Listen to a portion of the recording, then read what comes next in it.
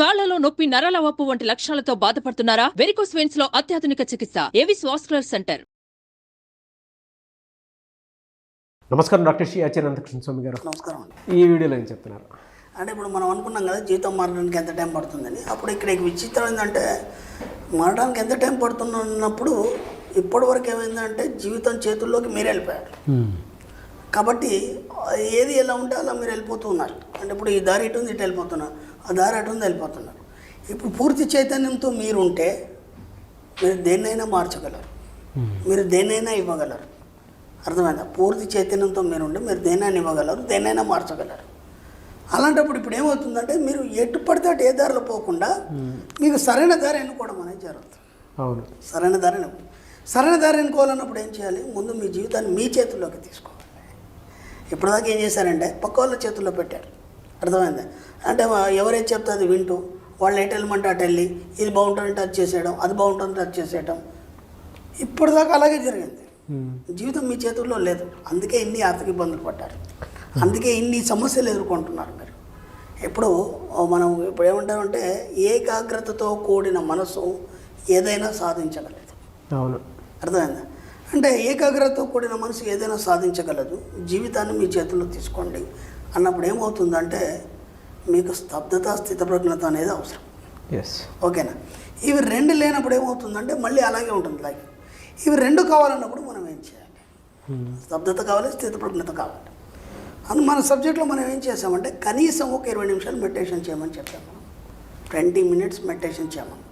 ఎందుకు చేయమన్నాం? చాలామంది అంటారు, ఏమండి నేను అరగంట చేశాను, గంట చేశాను, ఇప్పుడు బాగుంది, కానీ ఏదో కొద్దిగా చిన్న నాకు ఇలా అవుతుంది అలా అవుతుంది అంటారు.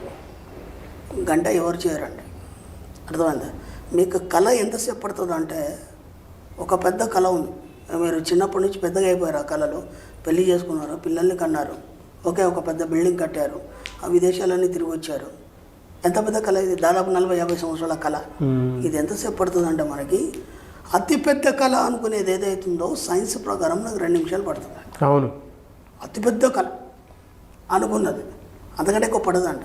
అలాగే మెడిటేషన్లో కూడా ప్రపంచంలో అతి గొప్ప మెడిటేటర్ అంటే ఎక్కువ పెద్ద మొత్తంలో మెడిటేషన్ ఎవరైతే చేస్తున్నారో కేవలం 55 నిమిషాలు మాత్రమే ఆ యొక్క ఆరలో ఉండగలుగుతారు. అంతకంటే ఉండలేరు. సైన్స్ నిరూపించింది. అర్థమైందా? మనం ఏమనుకుంటామంటే నేను అంతసేపు మెడిటేషన్ చేశాను, ఇంతసేపు చేశాను, ఇన్ని రోజులు చేశాను, అవన్నీ చేశాను అంటే నేనేం చెప్పానంటే మన సబ్జెక్ట్లో కేవలం 20 నిమిషాలు చేయమన్నాను. ఓకేనా? 20 నిమిషాలు చేస్తే సరిపోతుంది. అంతకంటే ఎక్కువ ఏం చేస్తే ఏమవుతుందంటే మీరు గురుముఖత ఏది చేయలేరు. కాబట్టి మన సబ్జెక్ట్లో అవన్నీ ఏం అవసరం లేదు. కాబట్టి 20 నిమిషాలు మాత్రమే చేయండి. ఆ 20 నిమిషాల్లో మీకు ఏందనేది అర్థమైపోతుంది. ఓకేనా?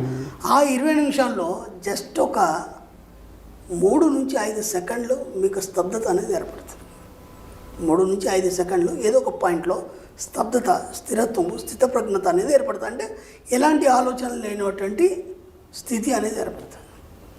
అది రోజు మీరు చేయడం వల్ల ఒక 40 రోజుల్లో కనీసం ఒక అరగంట కనీసం మీ యొక్క ఆ మనసు దాన్ని పట్టి ఉంచడం అనేది జరుగుతుంది. అప్పుడు ఏమవుతుందంటే మీరు దేన్నైతే పట్టి ఉంచుతున్నారో మన సబ్జెక్టులో మనీ మెడిటేషన్ చేస్తాం, నిరంతరం డబ్బు, సంపద, ఐశ్వర్యం అని చెప్తాము. దాన్నే పట్టి ఉంచడం వల్ల ఏమవుతుందంటే మీ జీవితంలోకి డబ్బు అనేది అవ్వడం అనేది జరుగుతుంది. అందుకోసం ఆ క్రమశిక్షణ అలవాటు పడడానికి మనం మెడిటేషన్ అని చెప్పాము. లేకపోతే జస్ట్ అఫర్మేషన్స్ సరిపోతాయి. మనకి అఫర్మేషన్స్ సరిపోతాయి, మనకు మెడిటేషన్ కూడా అవసరం లేదు మన సబ్జెక్ట్లో. మీరేమంటున్నారంటే నేను 6 నెలలు చేశాను, 7 నెలలు చేశాను. ఎక్కడ మీకు 2-3 సెకండ్లు ఆగిపోయింది మీ మనసు. ఇప్పటిదాకా ఆగిపోయినప్పుడు మీకు అది ఎలా వస్తుంది?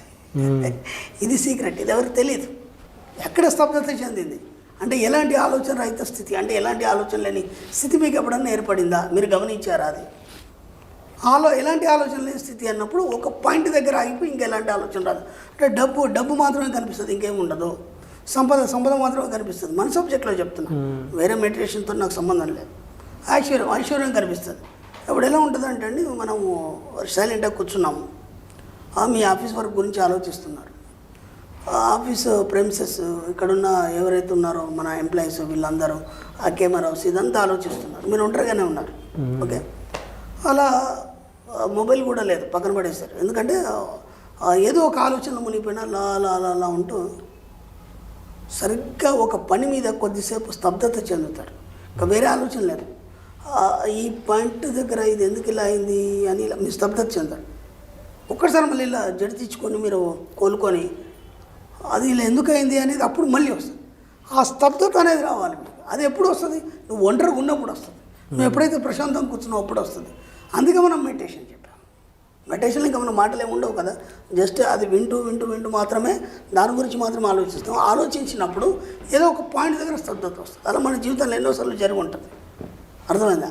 ఆ స్తబ్దత వచ్చినప్పుడు ఏమవుతుందంటే దాన్ని ఏమంటామంటే మనం శూన్యం అంటాం. అక్కడి నుంచి సృష్టి మొదలవుతుంది. మళ్ళీ ఎక్కడైతే శూన్య స్తబ్దత వస్తుందో అక్కడి నుంచి మళ్ళీ సృష్టి మొదలవుతుంది. అంటే మనం కూడా ఏం చెప్పుకుంటామంటే కలియుగం అంతమైపోతుంది, అంతమైపోయిన తర్వాత మళ్ళీ ఒక బిందుతో స్టార్ట్ అవుతుంది. అది కలియుగం అంతం అవడం బిందుతో అవన్నీ పక్కన పెట్టండి. అది అంతే జరగని పని. అవన్నీ మనం చూడలేదు, మనకు తెలియదు. మన పెద్దవాళ్ళు చెప్పారు, విన్నాం. ఆ కలియుగం కానీ ఈ అల్లకల్లలో కానీ ఇవన్నీ ఇక్కడనే స్టార్ట్ అవుతాయి. వీటినన్నిటిని మనం డిలీట్ చేయడానికి ఏం చేస్తామంటే ఆ స్తబ్దత దగ్గర ఆగిపోవడం అనేది స్టార్ట్ చేయాలి. అది మీకు తెలియకుండా జరుగుతుంది. అంటే ఈ క్రమశిక్షణ వల్ల ఈ ఒక 40 రోజులు కంటిన్యూ మెడిటేషన్ చేయడం వల్ల ఏదో ఒక పాయింట్ దగ్గర కొన్ని సెకండ్లు అవుతుంది. ఆ శూన్యంలో మీకు కావాల్సినవన్నీ సృష్టించుకోవడం మనకు తెలియదు, ఎలా చెప్పాలో తెలియదు. కాబట్టి మనం కేవలం మనం మనీ మెడిటేషన్లో, మనీ అఫర్మేషన్స్లో డబ్బు సంపద ఐశ్వర్యం మాత్రమే చెప్తాం. మనం దాంట్లో ఎక్కడ పాయింట్ అయిపోతే అది వచ్చేస్తుంది మీ జీవితంలోకి. ఇంకా మీరు కొత్త సృష్టించుకునేది ఏం లేదు. అవును, ఎంత ఈజీ టెక్నిక్ ఇది. దీనికోసం మనం ఇంకా ప్రత్యేకంగా అది చేయాలి అట్లాంటిది ఏం లేదు కదా. కాబట్టి ఆటోమేటిక్గా మీ జీవితంలోకి అవన్నీ ఆహ్వానించబడతాయి ఎప్పుడు నువ్వు దాని మీద దృష్టి పెట్టినప్పుడు. అది మీరు చెప్తుంటే నాకు కొన్ని విషయాలు గుర్తొస్తున్నాయండి. అంటే మనం కూర్చున్న చోటే మన ఇంటిని కనుక మనం అబ్జర్వ్ చేస్తే మొత్తం చూసిన తర్వాత అంటే మనల్ని మనం క్లీన్గా ఉంచుకోవాలి, ఇంటిని క్లీన్గా ఉంచుకోవాలనుకున్నప్పుడు ఫోకస్ చేసి చూస్తే మనకు కొన్ని విషయాలు అర్థమవుతాయి. పలానాది ఇక్కడ నుంచి నేను క్లీనింగ్ మొదలు పెడితే ఇల్లు మొత్తం బాగుంటుంది అనుకుంటే అక్కడి నుంచే స్టార్ట్ చేస్తే అంటే ఫోకస్ చేస్తే ఇల్లు మొత్తం క్లీన్ అయిపోతుంది. అంటే మనం దేని మీద ఫోకస్ చేసి క్లియర్ చేసుకోవాలనుకుంటున్నాం అది క్లియర్ చేస్తే అయిపోతుంది. అలాగే డబ్బు విషయంలో కూడా అంతే. ఎక్కడి నుంచి డబ్బు వస్తుంది మనకి అనేటువంటి ఆలోచన మీద ఫోకస్ పెట్టామనుకోండి అది ఆటోమేటిక్గా మనకి దాని రిసోర్సెస్ ఏవైతే ఉంటాయో యూనివర్స్ దగ్గర పాయింట్ దగ్గర ఆగిపోవాలి. పాయింట్ దగ్గర ఆగిపోవాలి. ఇక్కడ మీరు చెప్పిన దానికి నేను చిన్న ఎగ్జాంపుల్ చెప్తాను. ఇల్లంతా క్లీన్ చేస్తున్నారు.